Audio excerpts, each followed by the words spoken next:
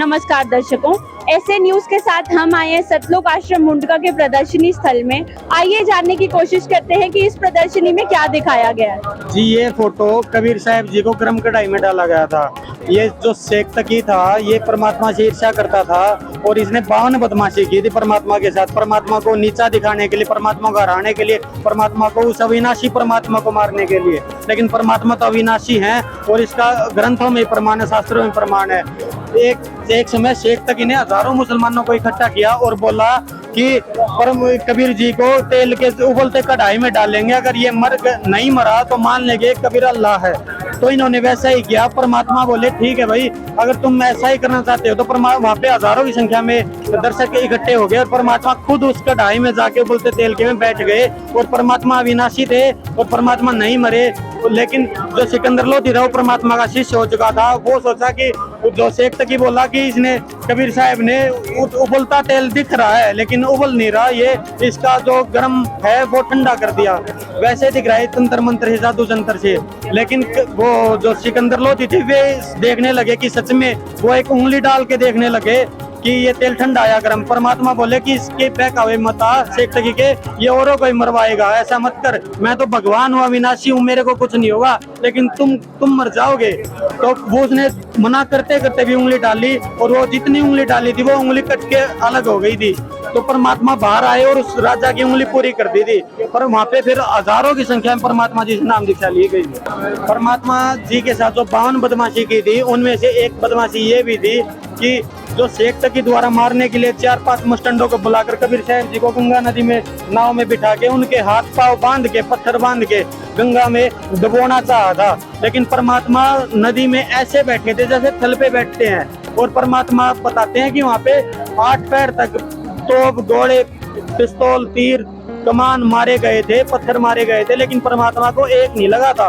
और परमात्मा के जो बेड़ी बांधी गई थी वे टूट के पानी में डल गई थी। परमात्मा थल पे बैठे थे। लेकिन परमात्मा यहाँ पे बताते हैं कि 8 पैर तक उन्होंने पत्थर मारे थे, लेकिन परमात्मा को एक नहीं लगा और वे फिर भी नहीं समझे कि भगवान है ये। तो परमात्मा की तो सारी आत्मा, परमात्मा अपने आप जल के अंदर बैठ गए थे कि ये जाएंगे नहीं, भूखे प्यासे लगे हुए मारने, ये समझ नहीं रहे। और परमात्मा रविदास जी के पास जाके प्रकट हो गए थे। सभी गए रविदास जी के पास और वे बोले कि रविदास जी देखो, तुम्हारे गुरु कह रहे थे मरेंगे नहीं, वो मर गए। रविदास जी बोले ये बैठे हमारे गुरु। तो वहाँ पे जाके प्रकट हो गए थे। ये जी कबीर वट है जी। यह 2 परमात्मा के चाहने वाले जीव और दत्ता थे जी। ये गुजरात के भरूच शहर के थे। वहाँ पे इन्होंने एक ऐसी धारणा बना रखी थी कि पर वो पूर्ण गुरु वो होगा जिसके चरणामृत से ये एक डाली को लगाएंगे और वो उस डाली में उस गुरु के चरणामृत को डालेंगे। अगर वो हरी हो गई तो वो पूर्ण गुरु हैं। ये इन्होंने धारणा बना रखी थी। एक दिन परमात्मा कबीर जी आए साधु रूप में और इन्होंने उनके भी चरण धोए और उस चरणामृत को जाके उस सूखी डाली में डाला और वो उसी वक्त हरी हो गई थी। तो इन्होंने नाम दीक्षा ली थी पूर्ण परमात्मा से। और आज वो उस वृक्ष का फोटो देख सकते हैं जी। ये कबीर वट से पुकारा जाता है। इतना बड़ा वृक्ष है कि एक गांव तक फैला हुआ है। ये इतना बड़ा गुजरात में प्रमाण आज भी कबीर वट से है। यानी कि ये वृक्ष आज भी वहाँ पर विराजमान है। 600, हाँ जी बिल्कुल, ये आज भी वहाँ पर प्रमाण है इस कबीर वट का जी। ये द्वारका कोटे का वास्तविक चित्र है जी। यहाँ पे श्री कृष्ण जी के शरीर को द्वारका से बाहर अंतिम संस्कार किया गया था। और अंतिम संस्कार जहाँ किया गया था, उनके शरीर को गड्ढा खोदकर पांडवों ने दबाया था। उस स्थान पर वर्तमान में श्री द्वारिकाधीश का मंदिर बना है जी। ये मंदिर बना है और परमात्मा इसी मंदिर के सामने बैठ के कबीर परमात्मा ने एक बालू रेत का बैठने का स्थान कोठा बनवाया था और वो आज भी विद्यमान है जी। ये आज भी वहाँ पे विद्यमान है। परमात्मा 6 शरीर आते हैं। वे ज्येष्ठ मास की शुक्ल पूर्णिमासी को विक्रमी संवत 1455 सन 1398 को सोमवार को ब्रह्म मुहूर्त में सतलोक से 6 शरीर काशी शहर में बाहर बने। काशी शहर से लहर तारा तालाब में नवजात शिशु के रूप में प्रकट हुए थे और उसके गवाष्टानंद ऋषि भी थे जी। और ये उस लहर तारा तालाब की वर्तमान की पिक्चर है जी। ये उस लहर तारा की वर्तमान की पिक्चर है जहाँ पे परमात्मा कबीर साहब जी प्रकट हुए थे। 6 शरीर आए थे जी। ये जी परमेश्वर कबीर जी का मगर से 6 शरीर सतलोक गमन की पिक्चर है जी। वहाँ के धर्मगुरुओं ने ये धारणा फैला रखी थी कि जो काशी में मरेगा वो तो स्वर्ग जाएगा, जो मगर में मरेगा वो गधा बनेगा। तो परमात्मा ने उस भ्रमना को तोड़ने के लिए वहां पे परमात्मा बोले कि मैं सह शरीर जाऊंगा, मैं घर में शरीर छोड़ दूंगा और मुझे देख लेना। हिंदू के ब्राह्मणों और काजियों, तुम अपने ग्रंथों को लेके आ जाओ, पत्रे ले आओ और देखना मैं कहाँ जाऊंगा, नरक में जाऊंगा या स्वर्ग में जाऊंगा या सतलोक जाऊंगा, देखना। तो दोनों राजा वीरदेव सिंह बघेल और बिजली खान पठान सेना लेके आ गए थे।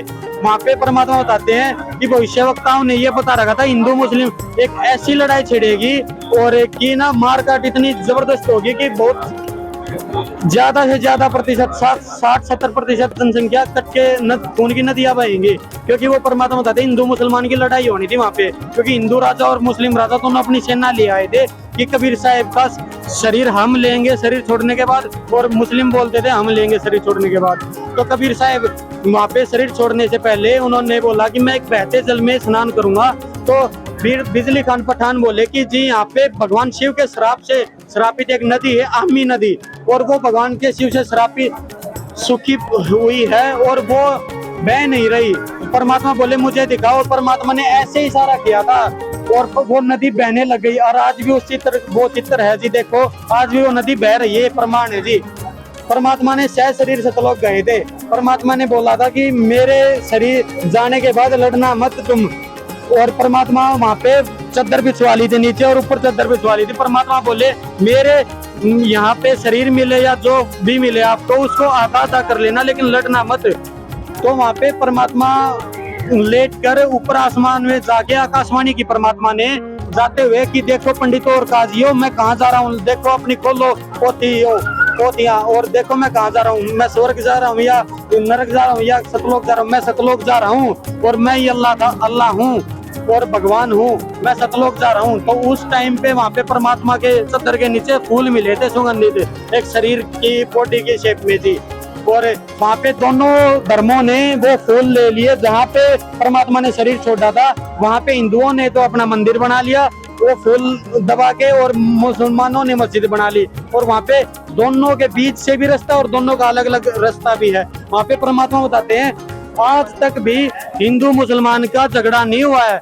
वो परमात्मा बताते हैं इसलिए क्योंकि वहाँ के लोग इतना दुख मान गए थे कि हमने भगवान को चलते वक्त भी दुखी कर दिया था।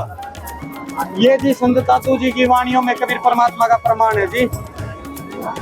इसमें दादू जी ने लिखा है कि जिनमो को निज नाम दिया सोए सतगुरु हमार, दादू दूसरा कोई नहीं कबीर सृजनहार। दादू नाम कबीर की जय कोई लेवे होट, उनको कबूल लागे नहीं काल बुजुर्ग की चोट। इन्होंने कबीर परमात्मा की ठोक के गवाही दी हुई है कि वो परमात्मा मुझे मिले थे, वो मेरे सतगुरु भी कबीर भगवान थे और उनका काल भी कुछ नहीं कर सकता अगर उनकी नाम की ओट ले ली जाए तो।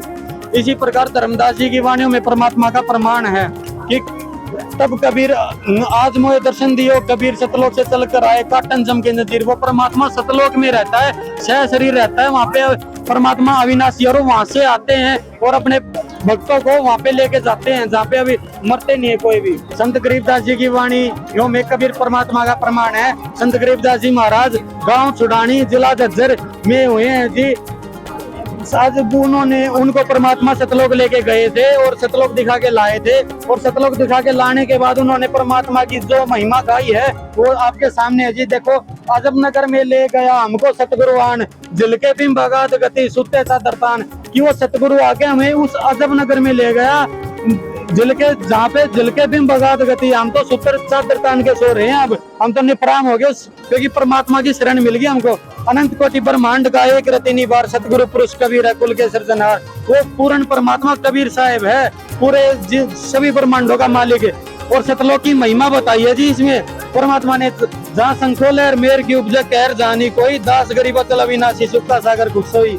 परमात्मा बताते हैं वहाँ पे सतलोक में अविनाशी परमात्मा है, और वहाँ पे रहने वाले हंस आत्मा भी अविनाशी। वहाँ पे किसी भी चीज का नाश नहीं होता, वहाँ पे जाने के बाद सभी अविनाशी हो जाते हैं जी। गुरु नानक देव जी की वाणियों में भी कबीर परमात्मा का प्रमाण है कि हक्का कबीर कमी करीम तो बेअब परवरदिगार, नानक बुगैत जनु तेरा तेरे चक्रा पा खाक। इन्होंने भी परमात्मा कबीर साहब की ठोक के गवाही दी है, परमात्मा कबीर साहब के प्रमाण बताए हैं। क्यों ये नानक जी कबीर साहब जी के शिष्य थे, इनको परमात्मा सतलोक दिखा के लेके आए थे। इन्होंने अपनी वाणियों में परमात्मा कबीर साहब जी को भगवान बताया है जी। मुल्कदास जी की वाणियों में कबीर परमात्मा का प्रमाण जी। मुल्कदास जी जो थे वे कबीर साहब इनको भी मिले थे और सतलोक लेके गए थे। तो मुल्कदास जी जो थे वे श्री कृष्ण जी को भी मानते थे पहले, कबीर साहब मिलने से पहले। तो वो कबीर साहब जी को ये कहते थे कि कबीर वो कृष्ण जी जब बांसुरी बजाते थे तो उनके आसपास गौवें इकट्ठी खड़ी रुक जाती थी, उनकी बांसुरी की धुन सुनती थी। तो एक दिन परमात्मा बोले ठीक है भाई, आज मैं भी तुझे बांसुरी बजा के दिखाता हूँ, सुनाता हूँ बांसुरी की धुन। तो परमात्मा इन्होंने वो शब्द लिखा हुआ है पर कि जपो रे मन परमेश्वर नाम कबीर, एक समय गुरु बंसी बजाई कालंदरी के तीर, सुनर मुनिजन थक गए रुक गया दरिया नीर। कि परमात्मा कबीर जी ने जब वो बजाई बांसुरी बजाई तो दरिया का नीर भी रुक गया था, ऊपर से देवता लोग देख रहे थे और वो फूल बरसा रहे थे। गाय पशु आदमी तो थे ही, रुके ही थे और दरिया चलती दरिया का नीर भी रुक गया था उस परमात्मा कबीर जी की बांसुरी सुन के। ये मीराबाई की वाणियों में परमात्मा कबीर साहब का प्रमाण है जी।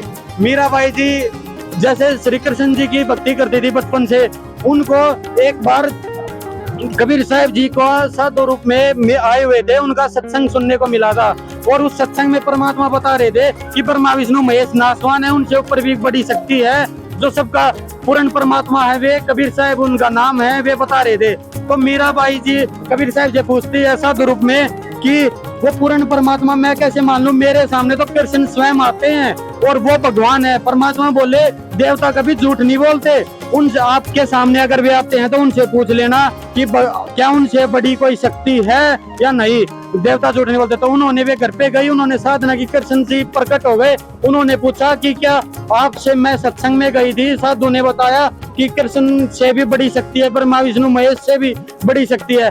कृष्ण जी बोले कि हाँ वो बड़ी शक्ति है, वो भगवान कोई और है लेकिन उसको पाया नहीं जा सकता, हमने कभी नहीं देखा उसको। अगर वो साधु बता रहा है तो उसी से उसका समाधान पूछ ले। उसी दिन से परमात्मा ये मीराबाई कबीर साहब की शिष्या हो गई थी, ये उसका शब्द भी है जी। आइए और जानने की कोशिश करते हैं कि सतलोक आश्रम मुंडका में आने वाले लोगों का एक्सपीरियंस कैसा रहता है। नमस्कार सर। नमस्कार मैम। नमस्ते। क्या नाम है आपका? जी गौरव नाम है मैम। आपका क्या नाम है? रीना। कहाँ से आए आप?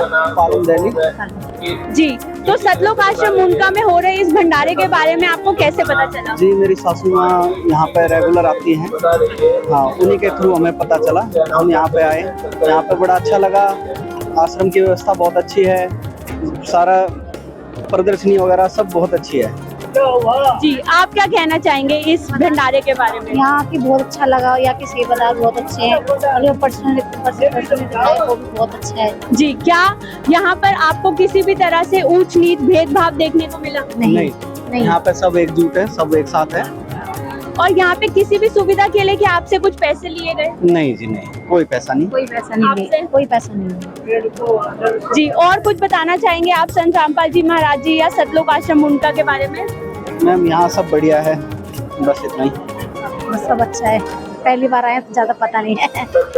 जी, तो जैसा कि हमने देखा यहाँ आने वाले हर श्रद्धालु और हर दर्शक का यही कहना है कि सतलोक आश्रम मुंडका में किसी भी प्रकार से ऊंच नीच भेदभाव नहीं किया जाता है, किसी सुविधा के लिए किसी तरह के कोई पैसे नहीं लिए जाते हैं और सभी का यही कहना है कि यहाँ पे सब कुछ बहुत अच्छा है। ऐसे न्यूज चैनल के साथ बने रहने के लिए शुक्रिया।